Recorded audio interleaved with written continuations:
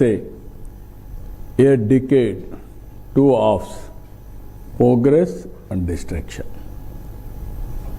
Amaravati self financing. అదే అమరావతి ఆ రోజు అపహాస్యం, అదే అమరావతి ఈరోజు ప్రపంచం అంతా అప్రిసియేషన్. రెండోది పట్టిసీమ కంప్లీట్ చేశాం, ఇప్పటికి 12 ఏళ్ళు. కృష్ణా డెల్టాని రివైవ్ చేశాం. 45,000 కోట్లు, దగ్గర 50,000 కోట్లు జిఎస్టిపి కాంట్రిబ్యూట్ చేసింది. 72% పోలవరం పూర్తి చేశాం. 4 ఎగ్జిస్టింగ్ ఎయిర్పోర్ట్స్ని, 2 న్యూ ఎయిర్పోర్ట్స్ని, సీ పోర్ట్స్ని ప్రారంభించడం, ఇంకో పక్క రోడ్ నెట్వర్క్ పెంచడం, ఇంకొక పక్కన కియా మోటార్స్ రావడం, కియా సిటీ ఎస్టాబ్లిష్ కావడం, Asian Paints, Isuzu Motors, Foxconn, so many companies యొక్క ఇండస్ట్రియల్ కారిడార్స్ ఇవన్నీ డెవలప్ చేశాం. ఇక్కడ వచ్చే కొందికి అమరావతి వర్క్ స్టాప్ చేశారు. Confusion, chaos, no capital at all. Polavaram diaphragm wall collapse అయింది. ఐడెంటిఫై చేసే వ్యక్తి లేడు, గాలి కొదిలి పెట్టారు.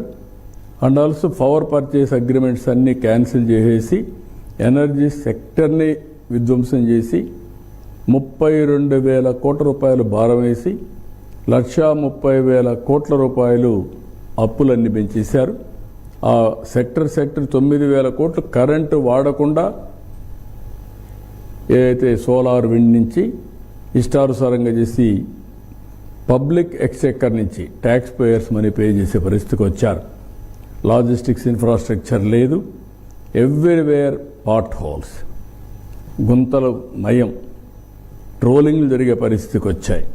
Anti industry stand, set back for investments, worsening law and order. ఎక్కడా లా అండ్ ఆర్డర్ లేని పరిస్థితి. నెక్స్ట్ దీంతో ప్రారంభించారు. ఇప్పటికి కూడా నేను మర్చిపోలేను. ఏ రూము లేదు, మీటింగ్ ప్లేస్ లేదు. కట్టింది ఫస్ట్ ఇది ప్రజావేదిక, ప్రజల కోసరం కట్టాం. దాన్ని కూలగొట్టి కలెక్టర్స్ కాన్ఫరెన్స్ పెట్టి ఈరోజే దీన్ని కూలగొడుతున్నానని చెప్పి ప్రొక్లైన్ పంపించి కూలగొట్టాడు. ఎంత హై-హ్యాండెడ్ బిహేవియర్ అంటే అంత హై-హ్యాండెడ్ బిహేవియర్తో చేశారు. అది గర్వం అనాలనా, మదం అనాలనా, లేకుంటే దానికి వర్డ్స్ లేవు. దెన్ ఇక్కడి నుంచి కంటిన్యూ చేశారు. Destruction led to A vicious cycle. మీరు చూసే 1924 క్రియేట్ చేసిన విషియస్ సైకిల్ వల్ల 9,74,000 కోట్లు అప్పయింది. కడాన జీరో డెట్ సస్టైనబిలిటీ నీతి ఆయోగ్ ఇచ్చారు, రిపోర్ట్ ఇచ్చారు. ఫిజికల్ హెల్త్ ఇండెక్స్ ఇచ్చి 23-24లో ఆంధ్రప్రదేశ్ జీరో డెట్ సస్టైనబిలిటీ. నువ్వు అప్పు తీసుకోవడానికి వీల్లేదు, తీసుకుంటే తిరిగి రీపే చేయలేవు.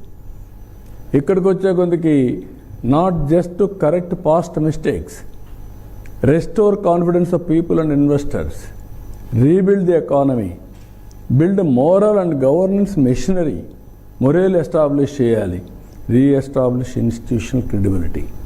ఇవన్నీ చేయాల్సిన అవసరం ఉంది. ఇక్కడ మీరు చూస్తే ఏ విధంగా విషియస్ సైకిల్ వచ్చింది, ఆ ట్రాప్, డెట్ ట్రాప్ మీరు చూస్తే investments decrease in capital expenditure. Capital expenditure పైన పెట్టలేదు, ఇండస్ట్రీ రానిలేదు. ఇంకొక పక్క sub optimal growth, stagnation resource base. Growth తగ్గింది, ఆదాయం తగ్గింది, ఖర్చులు పెరిగాయి, ఆటోమేటిక్ రిసోర్స్ బేస్లో కూడా స్ట్రెయిన్ వచ్చింది. Mortgage government properties, MRO office, community health centre ఇవి మార్టిగేజ్ చేస్తే, ఇంకొక పక్కన లిక్కర్. ఆ రోజు చెప్పింది ఏంటి, లిక్కర్ నేను బ్యాన్ చేస్తే తప్ప మద్యపాన నిషేధం చేసి ఓటుకొస్తాను, లేకుంటే మీరు ఓటు వేయొద్దండి అని చెప్పి దాన్ని తాకట్టు పెట్టి 25 ఏళ్ళకి డబ్బులు తీసుకొచ్చారు. Then high debt service cost. దీంతో ఏమైంది, ఎవరిని అప్పు ఇవ్వాలంటే మీ రాష్ట్రం దివాలా తీసింది కాబట్టి రేట్ ఆఫ్ ఇంట్రెస్ట్ పే చేశారు. నేచురల్లీ ఎవరైనా పని చేస్తారు. ఇంకొక పక్క సెంట్రల్ గవర్నమెంట్ ఫండ్స్ అని ఇది జరిగింది కాబట్టి ఎక్కడ డబ్బులు లేవు కాబట్టి సెంట్రల్ గవర్నమెంట్ ఇచ్చిన డబ్బులు డైవర్ట్ చేసేశారు. వచ్చిన డబ్బులంతా ఊడ్చిన తర్వాత సిఎస్ఎస్ ఇస్తే అది డైవర్ట్ చేస్తే వీళ్ళ కోసం ఒక చట్టాన్ని తీసుకొచ్చి రాబోయే రోజుల్లో సిఎస్ఎస్ అన్ని కరెంట్ అకౌంట్లో పెట్టాలి, మీ అకౌంట్లో వేసుకోవడానికి లేదు అని పెట్టే పరిస్థితి, స్టేట్ గవర్నమెంట్లో పెట్టడానికి వీలేదనే పరిస్థితి వచ్చారు.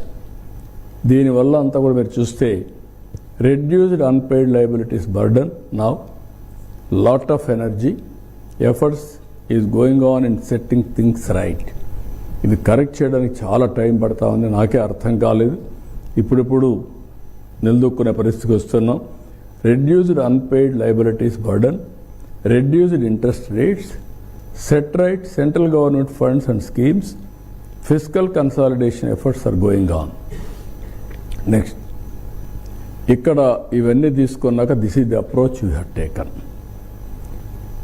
ఈ అప్రోచ్లో multi prolonged. One is clearing pending liabilities, second ensuring welfare fulfilling promises, focus on development and investments, good governance. ఇక్కడ 3 బడ్జెట్లు పెట్టాం. 3 బడ్జెట్లు మీరు చూస్తే 24-25 correcting budget to recover from shocks of previous regime misgovernance. ఆ ఇయర్ అంతా దానికి సరిపోయింది. 25-26 స్వర్ణ ఆంధ్రప్రదేశ్ విజన్ 2047 తయారు చేశాం. 10 ప్రిన్సిపల్స్ పెట్టుకున్నాం. దాని మీద క్లియర్గా ఏ ఇయర్ ఏం జరుగుతుందో దాని మీద ఇది పెట్టాం. 26-27 balanced regional development through special initiatives for development for 3 economic regions తయారు చేసాం. 3 రీజియన్స్ పెట్టుకో ముందుకు పోతున్నాం. నెక్స్ట్, ఒక్క క్లియరింగ్ పెండింగ్ బిల్స్ నెక్స్ట్ చూస్తే 48,616 రూపాయలుంటే అది 29,259 తగ్గించాం. దగ్గర 28,000 కోట్లు పే చేశాం. 29,000 కోట్లు పే చేశాం. క్లియరింగ్ ఎంప్లాయీస్ డ్యూస్ 30,849 కోట్లు పే చేశాం. గ్రాట్యుటీస్ కానీ, CPS contribution, provident fund, APGLI schemes, medical reimbursement అన్నీ కలిపి. Third one. నెక్స్ట్, ఇక్కడ negotiation of loans very difficult. మీరు ఇంకా రికవర్ కాలేదు, మేము ఇప్పుడు ఎట్లా ఇస్తాం? అటు వన్ స్టేజ్ నేను చెప్పాను, మీరు కానీ ఇవ్వకపోతే చాలా ఇదిగా ఉంటుంది, నేను వేరే దగ్గర కానీ వెళ్తాం అంటే మీకు డబ్బులు తర్వాత కడతాం అనే పరిస్థితికి వచ్చాం. Anyway we have negotiated with them.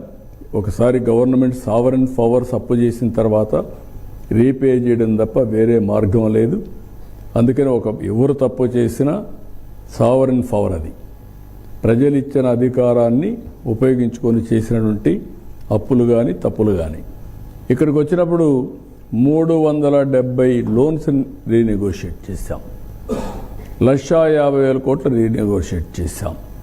ఇక్కడ సేవింగ్స్ ఇవన్నీ చూసినప్పుడు 8,269 కోట్ల రూపాయలు దీనివల్ల ఈ లోన్స్ అయ్యేటప్పటికి బెనిఫిట్ వస్తుంది.